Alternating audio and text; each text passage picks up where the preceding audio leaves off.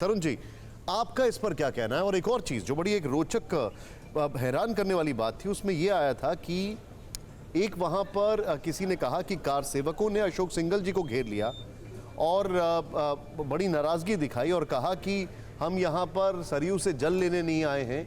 मतलब जो वहां पर जिनका नाम इसमें आ रहा था उनका थॉट प्रोसेस कार सेवकों को कंटेन करने का था, लेकिन सेंट्रल लीडरशिप का जो एटीट्यूड था वो एकदम अलग था। आपका इस पर क्या कहना है?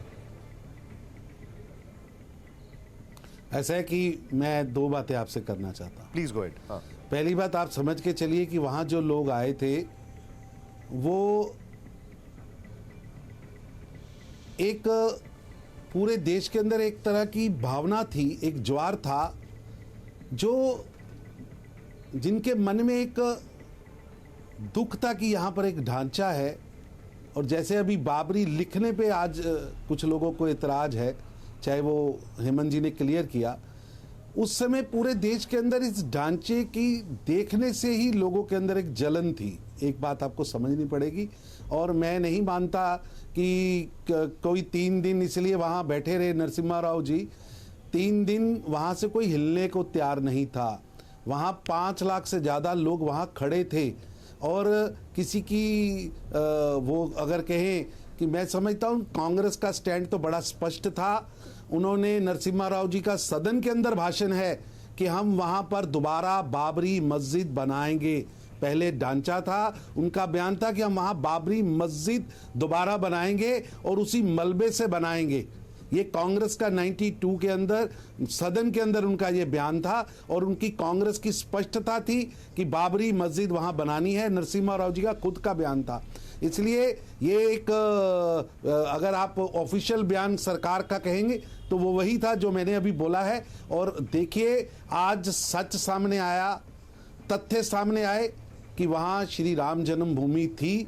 और कांग्रेस की मन में क्या था वो 92 से पहले भी समझ आता है और 92 की घटना के बाद सदन में दिया हुआ नरसिम्हा राव जी का बयान भी समझ आता है। उनकी इस पर दृष्टिकोण भी समझ आता है कि उन्हें हर हालत में अयोध्या में बाबरी ढांचे से वो 2 कदम आगे चले गए कि बाबरी मस्जिद बनाऊंगा वहां पर। ये बयान उन्होंने सदन में दिया था। इसलिए कांग्रेस का उस पर क्या स्टैंड था, नरसिम्हा राव जी का क्या स्टैंड था, वो सदन की कार्रवाइयों में और उनके बयानों में, क्योंकि वो प्रधानमंत्री थे, वो आज भी नोट है। ये देश के अंदर कितना बड़ा उस समय अगर उनकी बातचीत हो जाती, अगर वो अपने बयान पर वो काम कर पाते, क्योंकि वो कर नहीं सकते थे। पूरा देश एक तरफ था, देश का ज्वार एक तरफ था।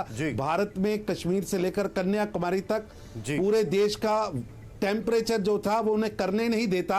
लेकिन अगर वो कर जाते तो आज जो निर्णय आया है उस पर एक और बाबरी मस्जिद बनाने की बात कांग्रेस करना चाहती थी।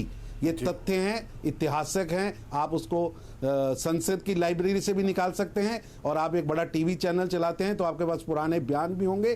कांग्रेस की मंशा क्या थी? वो 30 अक्टूबर 1990 की सरयू की जो 2 अक्टूबर की सरयू की नदी की लाल कर दिया गया था। और कमिश्नर साहब बैठे हैं, इनको अगर याद होगा कि 30 अक्टूबर 1990 को आपको रोकूंगा, मेरे साथ कुछ सहयोगी मेरे जुड़ चुके हैं। आपने पॉइंट रखा है, मैं समझ गया।